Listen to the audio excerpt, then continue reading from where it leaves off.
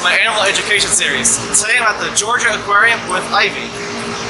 Hi. So she's going to tell us about the amazing whale sharks that we have here behind us. So first off, how many whale sharks do we have? We have 3 whale sharks here. The one closest to us is named Shirk. He's got the green ladle. And then past him is Yushan with a red ladle.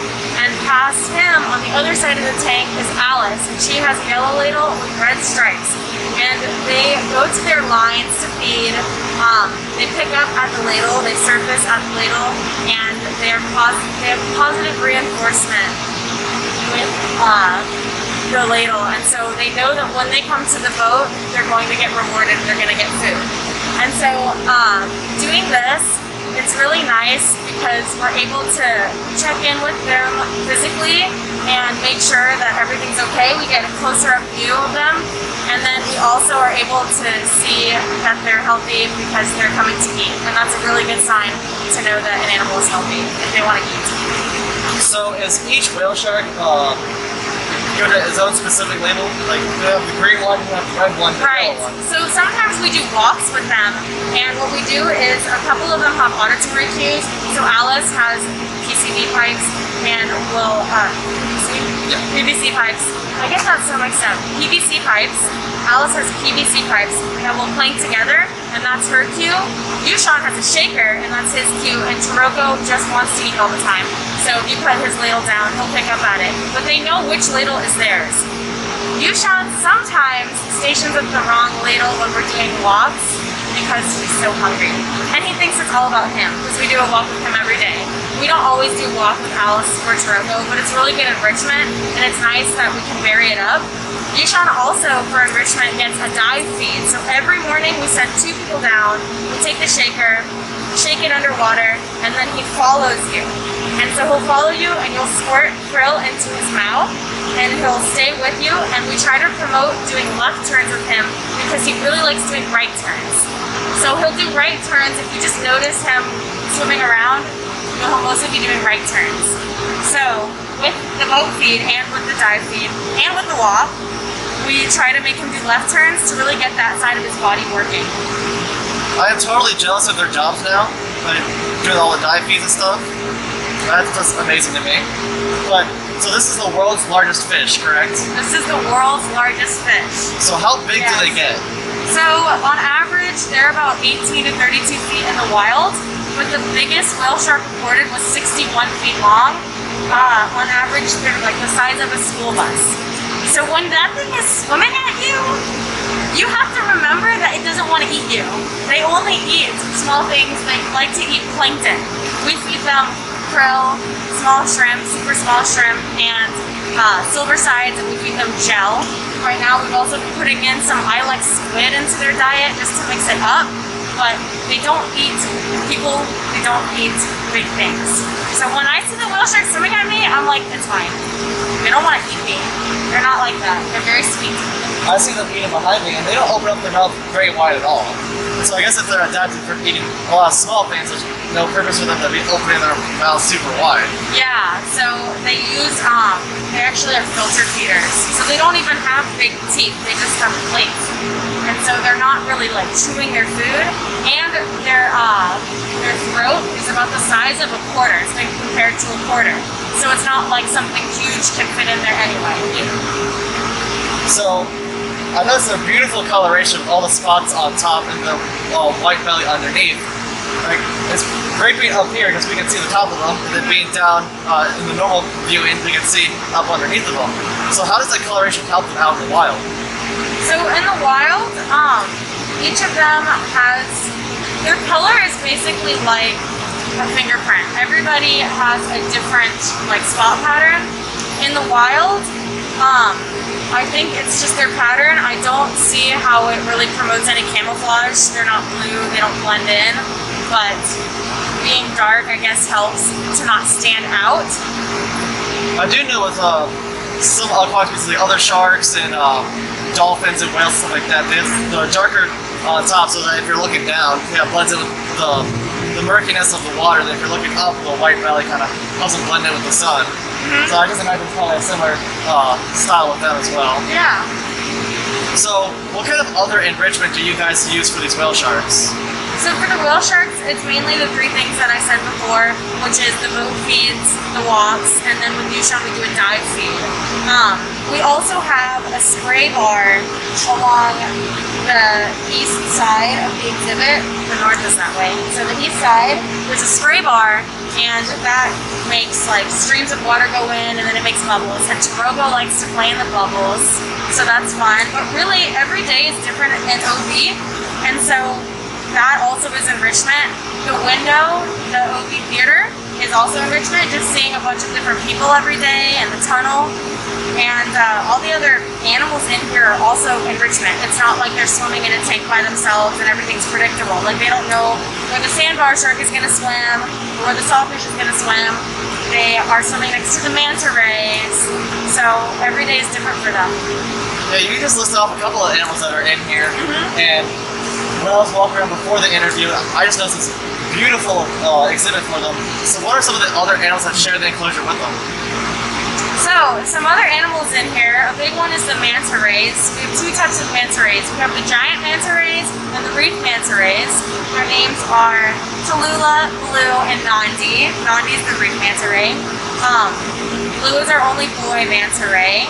And those are also one of our big, attractions here, is that we're the only aquarium in North America that has Manta Rays, as well as whale sharks. And so we also have Tank the turtle, and he's the only thing in here that is not a fish. He's an Atlantic green sea turtle. We also have a variety of other tropical fish that are smaller, like runts, and we have squirrelfish, and lots of blue tanks. So you can see those from the tunnel really well. We have spotted eagle rays and cownose rays and mobula rays. Those are also really cool to see from the window. The mobula rays look like smaller manta rays. And at the OB Theater, they do a really good job of explaining what's swimming by. They have someone talking, and so that's really helpful for the guests. So with all of these other amazing animals that you have in here, how do you determine what animals work well with the whale sharks and which animals are just not a right fit? So all of the fish in here are from temperate regions because the water has to be a nice 78 degrees Fahrenheit. And so anything that needs to be in colder water can't be in here. Anything that we don't have particularly sensitive animals in here, just because we can't give them direct care like corals. We would have to make sure that there's not too many nutrients in the water. Like some of these animals do live at coral reefs, like blue tangs and such, but we would have to give a different type of care to coral that we can't do in an exhibit this big. But it's mainly things that live in temperate regions. Because we feed them so often and make sure that they're full, we don't really have any aggression issues. So you'd think, oh, a shark might want to eat a small fish. They don't, because we feed them and they're satisfied.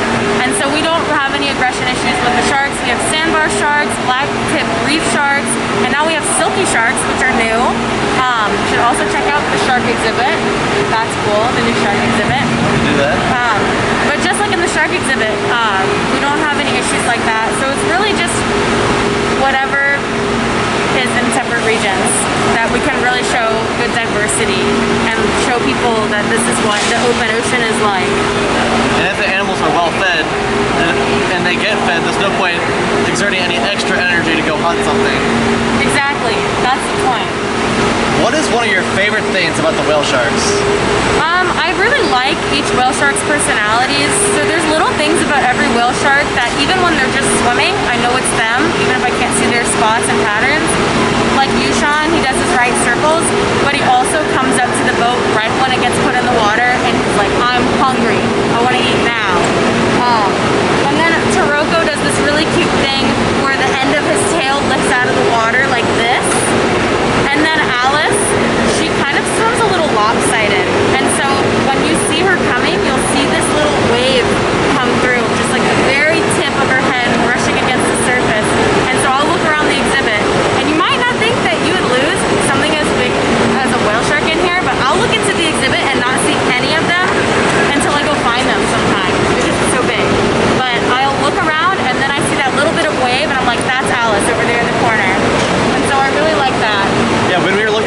enclosure earlier, I thought there was only one whale shark. And then at one point the second one popped up, like, wow, like it's pretty impressive that they have two, and that's one. Yeah. And then the third one popped up, I'm like, how many do they have in here? A lot. But it's crazy, like, you could be on the viewing platform beneath us and see one of them. Go over there and view it, you see a different one. It's crazy, like, all the different viewing points, like, they can completely hide across the tank from you. Yeah. Or be behind all the other decorations, or be behind a school of fish, or Yeah. it's crazy. Like It's really big. it's a huge tank, and these are huge fish, and they can hide from you pretty easily. I don't know how, but yeah, I'll be looking across and I'll have to be like, I cannot see any whale sharks right now. Let me walk around and find one when we're just checking in on them. That's crazy. So why is it so hard for other aquariums to have whale sharks? I think their size is a really limiting factor. I mean, this is the biggest aquarium in North America and one of the biggest in the world. It holds 6.3 million gallons of water. So to build an exhibit this big to make sure that the whale sharks have enough room is really hard.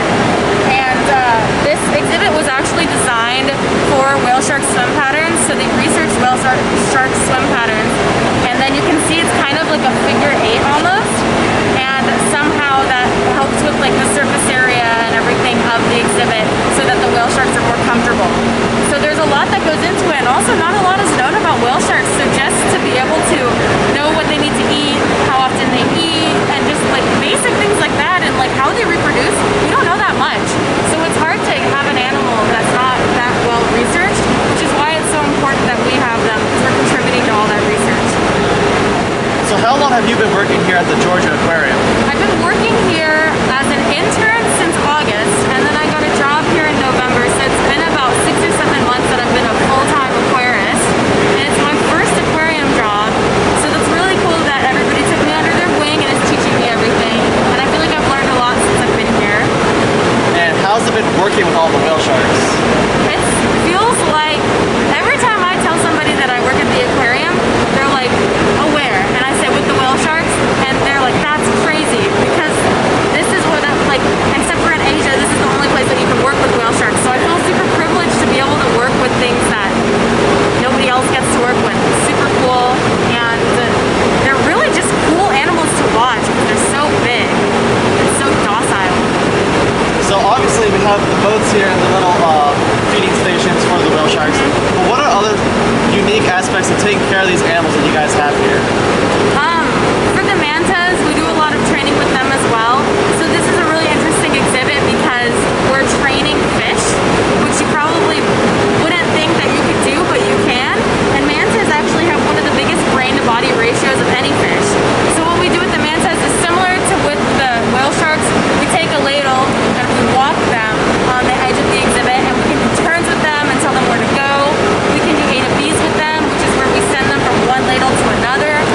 And so we also have them go through that stretcher over there just to make sure that they're comfortable going through it, because we'll use it for checkups. And so there's things like that, just like with the whale sharks. If we need to do a blood draw, we can do it with them next to the boat.